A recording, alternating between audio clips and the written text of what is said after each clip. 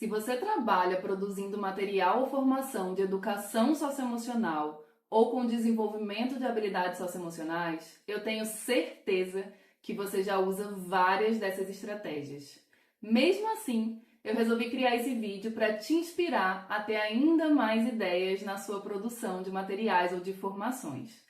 Vou compartilhar com você um mapeamento feito em programas de educação socioemocional que identificou uma série de estratégias para o desenvolvimento de habilidades socioemocionais que são tipicamente encontradas em programas de qualidade. Então, até o final desse vídeo, você vai conhecer 21 estratégias e eu espero que você se surpreenda pelo menos com uma delas. Vamos lá? E aí, pessoa? Que bom ver você por aqui em mais um vídeo do Emocionate. Eu sou Tayane, trabalho com educação socioemocional desde 2016 e esse canal é pensado para quem produz conteúdo, formação, faz acompanhamento de escolas ou empresas, ou se você só tem curiosidade mesmo sobre a educação socioemocional. No vídeo de hoje eu vou compartilhar 21 recursos que são chamados de métodos instrucionais, que nada mais são do que estratégias pedagógicas para desenvolver habilidades socioemocionais em programas analisados pelo EasyOLab, um grupo de pesquisa da Universidade de Harvard que eu já mencionei aqui algumas vezes se você acompanha o canal. O relatório é super extenso, mas tem uma seção específica em que eles compartilham práticas comuns para desenvolver habilidades e competências socioemocionais, não apenas do programa que eles analisaram nesse documento, mas também de um outro material que eles consultaram e deixam lá nas referências. Um ponto de atenção antes da gente começar a falar sobre as estratégias é que essa foi uma pesquisa de levantamento de dados. Então não é sobre a eficiência da estratégia. Eu não estou aqui falando que são as melhores estratégias para desenvolver educação socioemocional. Eu estou falando que existiu um relatório onde eles pegaram dos programas analisados e cada um ali vai ter a sua eficácia, cada um ali vai ter a sua avaliação, mas eles pegaram as estratégias que eram usadas para trabalhar a educação socioemocional dentro desses programas. Então aqui, lembra que uma coisa é uma coisa, outra coisa é outra coisa, combinado? Um segundo ponto de atenção é lembrar que a estratégia usada para desenvolver uma habilidade, ela é um meio, ou seja, ela é um pedacinho do processo. Você ainda vai precisar ter uma intenção, uma fundamentação, um propósito muito bem estabelecido e conectado com teorias que você está ali usando para fazer a atividade, certo? Então a estratégia, ela é uma parte de um processo muito mais complexo e muito mais completo do que a estratégia pela estratégia. Combinado? E aí você pode estar se perguntando assim: ah, Tayane, então para que você está trazendo esse conteúdo para cá? Se você produz material e formação em socioemocional, eu tenho certeza que às vezes bate aquela vontade de procurar uma inspiração para criar uma aula diferente ou um momento diferente nas suas propostas. Eu, pelo menos, tenho isso direto. E se você busca isso, aqui talvez você encontre inspiração para essas ideias desejadas. Essa é a minha intenção, certo? O documento ele descreve 21 métodos instrucionais que eu vou chamar aqui mais de estratégia do que método instrucional, porque eu acho mais didático, tá? Então são essas 21 estratégias comuns em programas de socioemocional. Uma dica para você que é uma pessoa mais direta ao ponto. As estratégias eu vou colocar aqui embaixo como se fossem capítulos do vídeo. Então dá uma checada na lista de estratégias e vê as que te interessam. Não precisa assistir tudo se você acha que vai ficar muito longo, combinado? Até porque muitas das estratégias são as que vocês já conhecem demais, né? Tipo vídeo, desenho e etc. Então, sem mais delongas, vamos à nossa primeira estratégia. A primeira estratégia é a discussão, tá? Essa estratégia exclusivamente foi dividida em 4 categorias diferentes. Não se preocupa que isso não vai acontecer com as outras, eu vou passar muito mais rápido pelas outras. Mas os autores resolveram dividir a discussão em tipos de discussão diferentes. E o primeiro tipo de discussão que acontece como estratégia para o desenvolvimento de habilidades socioemocionais é aquela discussão realizada em pares, em pequenos grupos ou com a turma inteira. Geralmente, nessa primeira categoria de discussão, a estratégia ela é usada para introduzir ou para aprofundar um conceito ou uma habilidade que está sendo trabalhada. Então é quando, por exemplo, você faz perguntas para as pessoas conversarem. Ah, como é que você se sentiria se você tivesse vivenciado tal situação? Ou como é que essa pessoa se sentiu mediante a esse contexto, ou mediante a esse acontecimento? Ou você pode também, aqui nessa categoria, dar um tema e ali aquele grupo, ou a turma, ou aqueles pares vão pensar sobre o tema relacionando com a própria vida, né? Então, eles estão ali vendo um texto sobre empatia e eles são convidados a pensar em como é que o que tem ali naquele texto se aplica na vida deles. Ou um texto, ou uma questão de desafios da juventude. Quais são os desafios que eles conseguem enxergar também na vida deles. Então isso também é uma estratégia. Uma outra estratégia também dessa categoria é quando a gente coloca as pessoas para conversarem sobre um evento que aconteceu naquele mesmo lugar. Ele também está enquadrado aqui nesse primeiro tipo de discussão. Então aconteceu um evento no intervalo, ou uma pessoa faltou por um motivo mais peculiar. Trazer isso e contextualizar dentro da turma, conectando com a habilidade socioemocional, tá? É uma possibilidade. Ou então um material que eles leram, uma revista, um post, alguma reportagem que saiu, e eles podem estar ali discutindo sobre esse tema em pares ou com a turma inteira. Lembrando que essa aqui é a estratégia, eu estou falando genericamente, mas isso é aplicado especificamente a uma habilidade que está sendo trabalhada. Então a intencionalidade aqui, ela é muito importante, certo? A segunda categoria da discussão, ainda dentro desse método, é o brainstorming, que é super conhecido, mas que também pode ser usado como uma estratégia dentro de habilidades socioemocionais que estão sendo desenvolvidas. Então, pode fazer em pequenos grupos, em pares, com a turma inteira, da mesma forma, só que aqui, ao invés de eles conversarem apenas sobre o tema que está sendo colocado, de forma espontânea, eles podem falar sobre ideias, falar sobre exemplos, enquanto alguém está anotando isso dentro da turma ou dentro do grupo, tá? Então pode ser, por exemplo, como é que uma pessoa pode ter se sentido em uma determinada situação. E aí um fala do grupo triste, alguém anota, né? Feliz, constrangido, nervoso, irritado. Então você vai anotando essas ideias como se fosse um brainstorm mesmo. Pode ser, por exemplo, uma lista de normas que foram coletivamente criadas pela turma ou pelo grupo sobre o funcionamento de como é que aquele momento vai acontecer. Isso é muito comum nas primeiras aulas de socioemocional, criar combinados coletivos, e na ideia de se criar esses combinados coletivos, esse brainstorming acaba sendo bem legal, porque aí a turma inteira pode dar uma ideia diferente, o grupo inteiro sugere várias coisas diferentes e aí no final a turma ou o grupo avalia o que é que faz sentido manter, o que é que precisa ser refinado, o que é que potencialmente pode ser retirado, e isso vai se desenvolvendo. Também aqui nessa ideia do brainstorming, a gente pode falar sobre possíveis soluções para um conflito ou um problema, tá? Então, a partir de uma história ou de uma situação real, o grupo ou a turma ou os pares podem ali estar pensando como é que a gente poderia resolver isso daqui, quais são as possibilidades, os caminhos que a gente poderia usar para poder lidar com esse desafio, com esse problema, com esse conflito que aconteceu. E aí, nessa pegada do brainstorming, todo mundo participar, dar suas ideias e depois isso virar um outro processo, né? Porque aí precisa criar também as outras etapas do que vai fazer com essa informação. Mas aqui eu só estou falando a ideia da estratégia. A terceira categoria, ainda na estratégia da discussão, é uma análise reflexiva da atividade realizada. É quando a gente pergunta para o grupo, para os alunos, para as pessoas que estão participando, sobre o que eles notaram, o que eles experienciaram ou o que eles aprenderam depois de um momento que já aconteceu. Pode ter sido depois de um exercício, depois de um jogo, depois de uma prática, depois de uma formação. A ideia aqui é reforçar os aprendizados pretendidos. Então, por exemplo, se foi um jogo que todo mundo ali jogou e surgiram estresses e conflitos, isso pode depois virar uma discussão, né, dentro dessa categoria que a gente está falando. Perguntar como é que vocês se sentiram?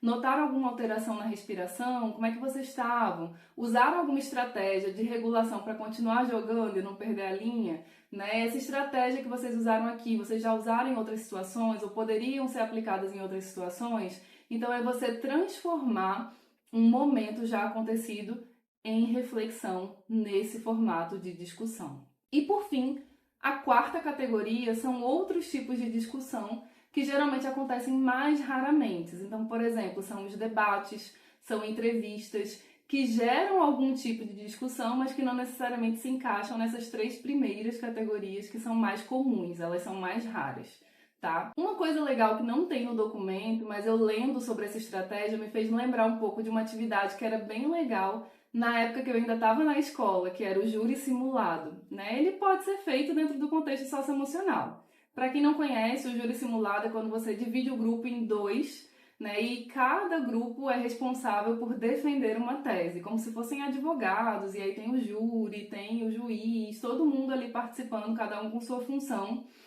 E aí a ideia é trabalhar essa questão de argumentação, né, de análise, de defender pontos de vista. Isso pode ser feito no contexto socioemocional, na minha visão, com cuidados para que a gente não crie aí concepções de certo ou errado, de isso ou aquilo, né, essas questões mais binárias que geralmente não fazem sentido no universo do socioemocional. Então, com esse cuidado, daria para usar essa estratégia também aí como uma coisa a mais, mas isso aqui eu que estou acrescentando, não tem lá no documento, certo? Então essas são as 4 categorias da estratégia que eles estão chamando no documento de discussão. As outras são um pouquinho mais breves, a discussão é um pouco mais demorada, mas vamos passar então para a segunda. A segunda estratégia é o que eles chamam de instrução didática. É quando você fornece algum tipo de informação para além da discussão aberta. Por exemplo, quando você, antes de começar uma discussão com um grupo, né, o que é que vocês acham sobre tal tema? Abertamente, antes de fazer isso, você coloca ali uma definição sobre o tema, ou sobre um conceito, ou sobre algo, uma habilidade ali que você quer trabalhar de forma intencional. Esse método, ele se diferencia, por exemplo, de você construir uma discussão espontaneamente sem definir um conceito ou definir algo a priori, entende? É diferente você chegar para uma turma e perguntar o que vocês acham que é ansiedade. E aí todo mundo fala o que acha e ali vocês constroem juntos um conceito, do que você chegar para a turma e dizer, olha, segundo o dicionário tal, segundo fulaninho de tal, ansiedade é isso. O que é que vocês acham? Você já apresentou um conceito e você, a partir dele, está criando um diálogo. Então, isso é chamado de instrução didática, certo? Não precisa ser só um conceito relacionado à emoção, pode ser comunicação, pode ser criatividade. Não importa o tema que você está trabalhando ali enquanto habilidade socioemocional. A terceira estratégia é uma super conhecida, né? O uso de livros ou de histórias, que é basicamente ler em voz alta um livro ou uma história curta que geralmente, mas não exclusivamente, foi desenvolvida de forma intencional para ilustrar uma temática específica. Então essa história ela pode ser autoral, normalmente é em socioemocional, porque você cria uma história ali intencionalmente para trabalhar uma determinada habilidade, mas você pode também criar uma história a partir do que já existe, desde que ela se ligue com o tema. Um exemplo bem legal disso, de histórias que já existem, é também a adaptação. Na UFPB, a Universidade Federal da Paraíba, tem um projeto no Departamento de Psicologia que adaptou a história do Patinho Feio para poder trabalhar com crianças a ideia de empatia. Então, eles partiram da história original, mas eles fizeram adaptações para que conversassem com o objetivo do grupo que estava pesquisando. Isso é uma possibilidade e é super legal quando consegue acontecer também, certo? A quarta estratégia são os exercícios de vocabulário. Aqui nessa estratégia estão incluídas todas as atividades que a gente usa para ensinar linguagens, palavras ou termos que se relacionam ao conceito que eu estou trabalhando. Então vamos pensar num exemplo. Você está trabalhando lá com aquele grupo resolução de conflitos. Às vezes o grupo, isso aqui estou botando um tema já para um grupo não tão pequeno, né? Mas às vezes para falar sobre resolução de conflitos, você precisa ampliar o vocabulário daquele grupo para que eles entendam o que aquele tema significa na prática. Então, dependendo da lente que você está usando para falar sobre resolução de conflitos, é interessante que eles conheçam o conceito de conciliação, de mediação. Então, isso vai depender do seu referencial teórico. Mas a ideia aqui dessa estratégia é a gente entender que fornecer algum vocabulário pode ser uma estratégia para desenvolver algumas atividades. Isso poderia ser também, e acontece muito comumente nos programas, inclusive, ampliar vocabulário emocional. Como, por exemplo, quando a gente começa a conversar sobre quais são as possibilidades de sentir raiva sem ter esse nome da raiva. E aí um pode falar, tem a irritação, Ah, tem o ficar nervoso. Ah, tem o ódio, tem o se sentir furioso. Então, essa ampliação de vocabulário emocional também poderia estar aqui dentro dessa categoria de exercícios de vocabulário, certo? Uma quinta ideia é o uso de ferramentas personalizadas dentro da educação socioemocional. Eu particularmente gosto muito dessa ideia, embora ela exige um pouco da nossa criatividade quando ela já não está pronta. Quando a gente encontra uma ideia pronta, que é aberta, né, que não tem ali direito autoral para usar, é bem legal. Quando isso não acontece, isso exige um pouco mais da gente para poder arrumar um meio ali. O que é o uso de ferramentas personalizadas? É quando você cria uma ferramenta ou um objeto que reforça um conceito socioemocional ou uma estratégia que vai ajudar a visualizar esse conceito de uma forma mais concreta. Então tem vários exemplos disso que vocês podem encontrar em sites como a Cassel, por exemplo, né? E fora da Cassel, vou dar alguns exemplos aqui também. Sinal de trânsito com passos para tomada de decisão, isso é uma estratégia super comum, né? Cada corzinha é um passo para a gente pensar no que fazer quando tiver que tomar uma decisão difícil, principalmente quando exige muito do nosso emocional. Pode ser, por exemplo, o termômetro emocional, que também é bem famoso. Antigamente tinham até aquelas reguinhas que vinham na agenda para você poder colocar como é que você estava se sentindo dentro daquele dia, né? Identificar diferentes estados emocionais, ou até mesmo não identificar o estado emocional, mas a intensidade do que você está sentindo é uma possibilidade, né? Outra possibilidade que eles colocaram nesse relatório e eu não conhecia, achei bem legal, foi a escada rolante dos conflitos, né? Eu pesquisei, parece ser bem bacana. É basicamente uma escada para refletir como é que algumas escolhas que a gente decide ou que a gente toma podem piorar ou melhorar um conflito. Então tem escolha que escala o conflito, que faz ele crescer ainda mais, e tem escolha que vai diminuindo ali aquele conflito. Então é também uma estratégia interessante que se enquadra nessa personalização. Pode ser criar uma caixa de problemas para que as pessoas elas coloquem de forma anônima problemas que elas identificam dentro daquele grupo, e esses problemas eles podem ser conversados no futuro com eles mesmos ou com outras pessoas.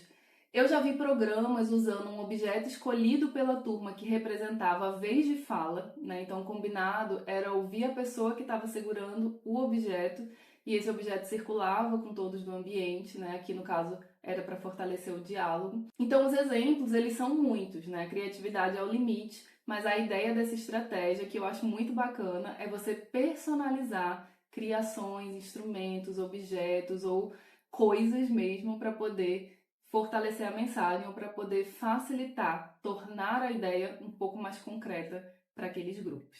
Uma sexta estratégia é a escrita. Então, basicamente, solicitar que as pessoas elas escrevam sobre as suas experiências de forma relacionada com o tema, né? Pode ser, uma vez que você sentiu raiva de alguém, o que aconteceu, o que você fez, né? Como é que você se sentiu? Isso relacionado a um familiar, a um amigo, um irmão.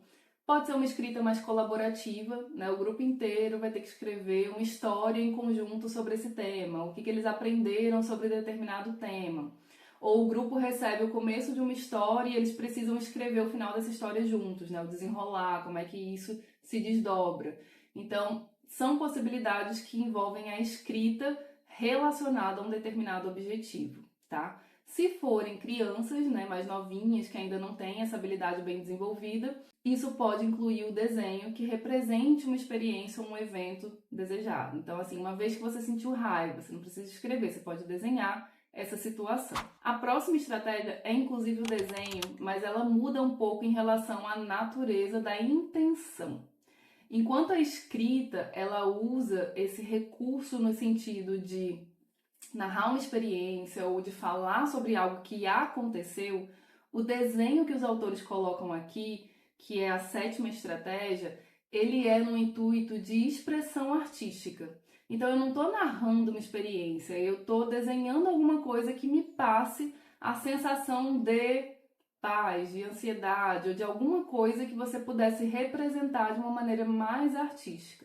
Teve uma vez que eu vi na internet, inclusive, achei super legal, um projeto de ensino médio, agora eu não vou saber de onde para poder citar as fontes devidamente, mas que uma estudante desenhou a representação de o que era para ela a ansiedade. Magnífico, assim, você conseguir trabalhar nesse âmbito menos de palavras, né, e mais subjetivo, como é que a pessoa representa em imagens, em cores, em formas, aquilo que ela está sentindo. Então, a estratégia do desenho não é necessariamente evocando uma lembrança do que aconteceu, como é no caso da escrita. É tentando expressar uma ideia. E falando em tentar expressar a ideia, a gente vai para a 8ª estratégia, que são os projetos artísticos ou criativos, que para estar aqui nessa categoria não estamos falando sobre desenho, tá? Pode ser, por exemplo, o uso de argila dentro de uma atividade de forma individual ou coletiva, mas outras expressões de arte que fujam do desenho tem essa categoria para representar essa estratégia. A 9ª estratégia são as ferramentas visuais, né, que podem ser gráficos, pôsteres, templates ou outras representações visuais que ajudem naquela habilidade que você está desenvolvendo. Então você pode, por exemplo, colocar um pôster na sala de aula ou num ambiente compartilhado que está lá detalhando as estratégias de regulação emocional que vocês já conversaram dentro de uma aula, dentro de um contexto de uma formação. Pode ter um quadro de combinados da turma colado num lugar que todo mundo consiga ver. Pode ter o registro das ideias de um brainstorming que vocês fizeram num determinado momento para como resolver conflitos ou como se acalmar quando estiver muito ansioso ou muito ansiosa para fazer a prova. Situações como essa. Então, frequentemente, essa estratégia é usada como uma forma de estabelecer ou de reforçar uma rotina que já está sendo ali construída dentro da sala de aula. Eu falei sobre templates nessa, mas eu acho que vai ter uma categoria só para isso, então apaga template da memória nesse momento, tá? São ferramentas visuais, principalmente gráficos, pôsteres ou outras representações. A 10ª estratégia também é muito comum e muito conhecida, que são os vídeos. Geralmente abordam desafios ou situações que são usadas de ponto inicial para discussões sobre habilidades socioemocionais, envolve aí emoções, resolução de conflitos ou avaliação de comportamentos específicos dentro daquele grupo. É muito comum em formação de socioemocional usar vídeos que nem sejam autorais, né? Trecho de documentário, de filme, de propaganda.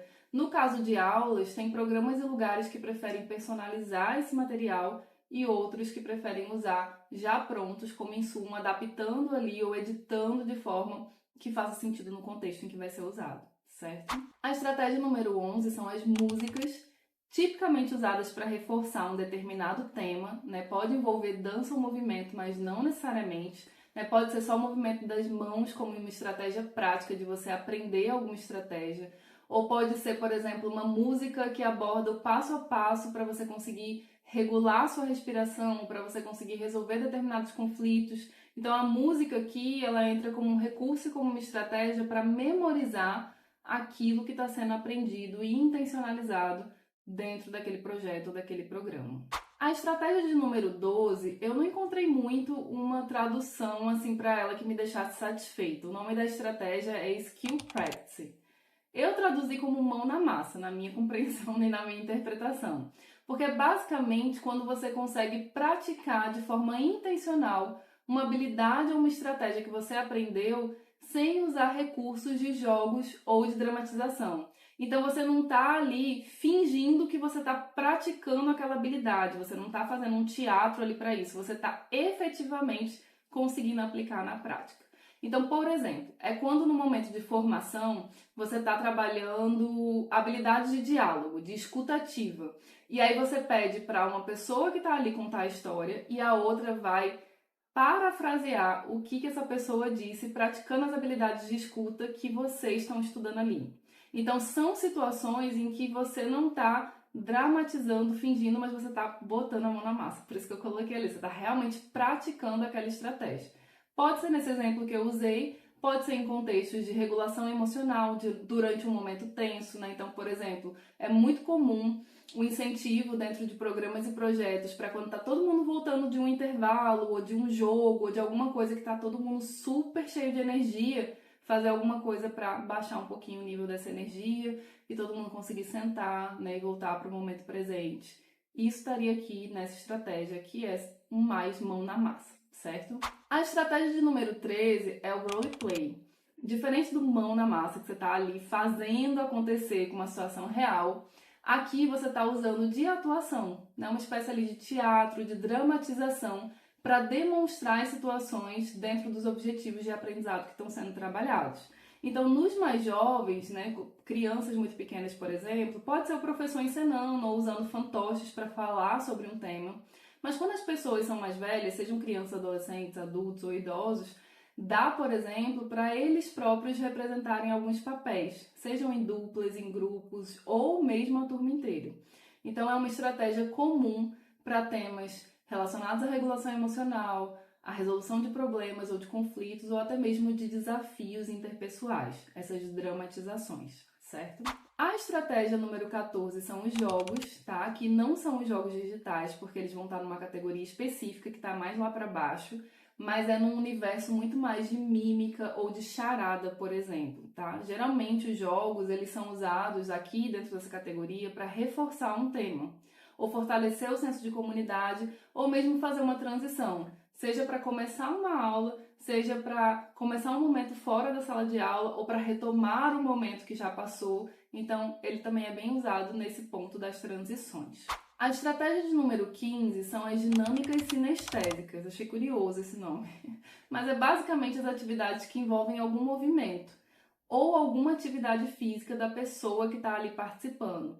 Então, isso pode ser, por exemplo, jogos que mexem com o corpo, né? Você fazer uma estátua, você fazer uma dança, você ter que se mover ao som de uma música, você ter que usar sinais com a mão ou com o corpo para indicar o uso de alguma habilidade ou o uso de alguma ferramenta que foi ali aprendida. Então, é quando você mexe, né, mais fisicamente com esse corpo. Alguns programas, inclusive, usam isso em atividades atléticas, né, como corrida, como esporte, mas é importante a gente lembrar aqui que essa movimentação do corpo, seja ela qual for, precisa estar conectada com seu objetivo de aprendizagem. Ou seja, o que você quer com isso. Não é o se mover pelo se mover, é como é que isso se conecta com o que você está fazendo, certo? A estratégia 16 são as folhas de exercícios, que são os exercícios comuns que a gente passa dentro dos materiais, né? Frequentemente os exercícios eles são usados para ou ensinar estratégias de planejamento ou de definição de objetivos, e aqui é onde eles colocam, por exemplo, o template, né, que você pode receber ali um modelo de organização que pode te ajudar a estruturar ideias ou te ajudar a colocar em prática aquilo que está sendo aprendido. Por exemplo, você está lá falando sobre gestão do tempo e aí você oferece ali um modelo de exercício que a pessoa pode preencher, como é que ela está gerindo o tempo, distribuir esse tempo num gráfico de pizza. Então você pode usar esse recurso de exercício para estar chegando nos seus objetivos de aprendizagem. Você pode usar para isso, pode usar também aqui os exercícios para a compreensão de um aprendizado que já foi ali trabalhado. Então, usar atividades de múltipla escolha ou correspondência de palavras para checar o aprendizado, né? Será que pegaram a ideia do que eu estava trabalhando? Ou mesmo para refletir sobre os conceitos da aula. Geralmente, nessa parte, são atividades de escrita ou de desenho, de forma complementar, com respostas curtas ou descrevendo imagens de uma pessoa, por exemplo. Então, são possibilidades para se trabalhar com essa parte aqui de exercícios. Vê que muitas delas até misturam um pouco com outras abordagens e outras estratégias, mas eles criaram uma categoria para estar ali mais especificamente falando sobre coisas específicas, né, quando está abordando ali pontos específicos. A estratégia de número 17 são os poemas. Por mim, o poema poderia ter ficado dentro da escrita, mas eles resolveram separar isso, deve ter alguma razão, não encontrei no relatório o motivo, mas a estratégia do poema é basicamente ler ou criar um poema relacionado com o tema. Tá? Poderia estar tanto aqui na escrita, na minha percepção, como dentro dos projetos artísticos também. A estratégia número 18 é a meditação ou visualização. Então aqui são técnicas basicamente de mindfulness, como meditações guiadas, visualizações ou escuta atenta para acalmar o corpo e concentrar a mente dentro de um momento específico. E dentro dessa categoria de estratégia pode incluir, por exemplo, pedir para os alunos visualizarem um lugar que faça eles se sentirem confortáveis, que faça eles se sentirem seguros, de forma que eles se concentrem naquilo que está sendo falado. Ou pode também colocar um som calmo e pedir para eles prestarem atenção, um sabor específico, provando alguma coisa. Então é mais testar essa atenção plena, não testar, né? Mas assim, desenvolver e colocar essa atenção plena. Eu achei interessante eles terem colocado a meditação e a visualização como uma categoria de estratégias comumente usada em programas, porque a experiência que eu tenho aqui no Brasil, conhecendo os programas e projetos daqui, é que geralmente esses exercícios realmente são uma categoria, mas uma categoria mais ampla. Eles estão conectados a algo maior do que uma aula ou um momento em si. Eles fazem meio que parte do corpo de atividades que são mais frequentes dentro daquelas aulas ou daquela rotina pedagógica. Né? Que nem, por exemplo, em alguns lugares fazem o check-in, que você chega ali e aí você precisa dizer como é que você se sente, ou falar como você se sente, desenhar, ou colocar ali uma ficha. Da mesma maneira que tem isso como uma atividade bem frequente em projetos de socioemocional, tem também atividades que sejam mais ou menos nesse sentido em relação à respiração. Como eu falei, né? Toda vez que voltar do intervalo, vamos fazer aqui um exercício de visualização ou de meditação, ou toda vez que a gente for começar a aula, ou toda vez que tiver um momento muito acalorado na turma, vamos fazer um exercício para poder voltar. Então, eu entendi que seria mais nesse contexto essa estratégia aqui usada, certo? A estratégia de número 19 é o computador ou os aplicativos, que foi justamente o que eu falei, né? Não estava lá nos jogos, mas estava aqui. Seria usar tecnologias como jogos de computador, aplicativos para celular, tablet ou até mesmo a própria internet para poder ensinar ou reforçar um conceito ou habilidade, né? Pedir para todo mundo pesquisar ali ou pegar alguma coisa da internet e usar naquele contexto. Então, em alguns programas dentro do contexto desse relatório, eles ofereciam versões digitais de aulas, ou até mesmo vídeos, livros online que fossem complementar. Mas nesse levantamento que eles fizeram, nenhum programa usou a tecnologia dessa forma durante as aulas regulares, certo? Usava mais nesse contexto do comecinho que eu falei. A estratégia de número 20 também foi uma estratégia que eu achei bem legal e bem bacana, que se chama Escolha do Professor. O que acontece nessa estratégia? Você cria um material ou você cria uma aula, um momento, onde os professores eles vão poder escolher a sua própria atividade. Essa estratégia ela está muito mais no campo da escola e no campo em que você cria o material para uma outra pessoa usar. Então, ao invés de ter lá tudo pronto e estruturado para ser daquela forma específica, o professor, o facilitador, ele vai poder escolher dentro de uma variedade de opções oferecidas aquilo que ele quer fazer ou aquilo que ele quer usar dentro daquela proposta. Então ali vai existir uma proposta, mas ele vai ter uma seleção de diferentes opções. Então pode ser de jogos, pode ser de músicas, pode até mesmo ser opções de dinâmicas diferentes dependendo das necessidades de aprendizagem dentro daquilo que está sendo trabalhado naquela proposta específica. E aqui, nessa parte da escolha do professor, também inclui a construção de uma aula em torno de um template ou de um modelo fornecido previamente. Então, seria, por exemplo, você ter um modelinho já meio que pré-pronto e esse professor ele poder colocar ali atividades relacionadas a, por exemplo, a descrição dos objetivos de uma teoria ou de algo que está sendo trabalhada quando a estrutura de aula ela é deixada aberta. Eu fiquei muito curiosa para ver a opção deles, de como é que isso é feito na prática.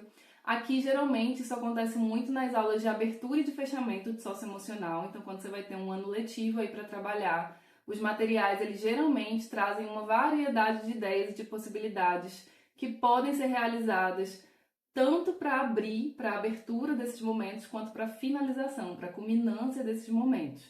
Né? Agora, geralmente, no meio ali, a gente tem uma variedade menor. Normalmente, as aulas elas estão um pouco mais fechadas, mas escolher entre diferentes músicas, escolher entre 2 ou 3 dinâmicas ainda é uma coisa que parece estar aqui nessa categoria que já abre o leque e o repertório de possibilidades. E aí você pode falar, dependendo do perfil ou dependendo da necessidade, você pode usar essa. Dependendo da necessidade, tem essa opção ou essa daqui. Né? Então isso é bacana também, dar essas opções e ampliar esse repertório do que pode ser feito, respeitando a proposta. E aí a gente vai para a última categoria de estratégias, que são basicamente as outras, que é qualquer atividade que acontece durante as aulas de socioemocional, durante os momentos de socioemocional, mas que não foram contempladas nas descrições acima. Tá? Então os exemplos aqui incluem avaliações formais do progresso dessas pessoas que estão ali fazendo, festas, comemorações da turma,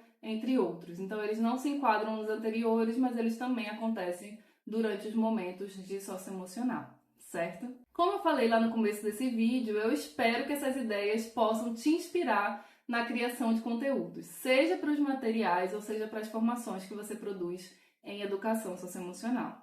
Me conta aqui embaixo se você já usou uma dessas estratégias ou mais, se você conhece uma estratégia diferente que pode inspirar uma outra pessoa, ou ainda qual foi a estratégia daqui que você não conhecia e que achou legal.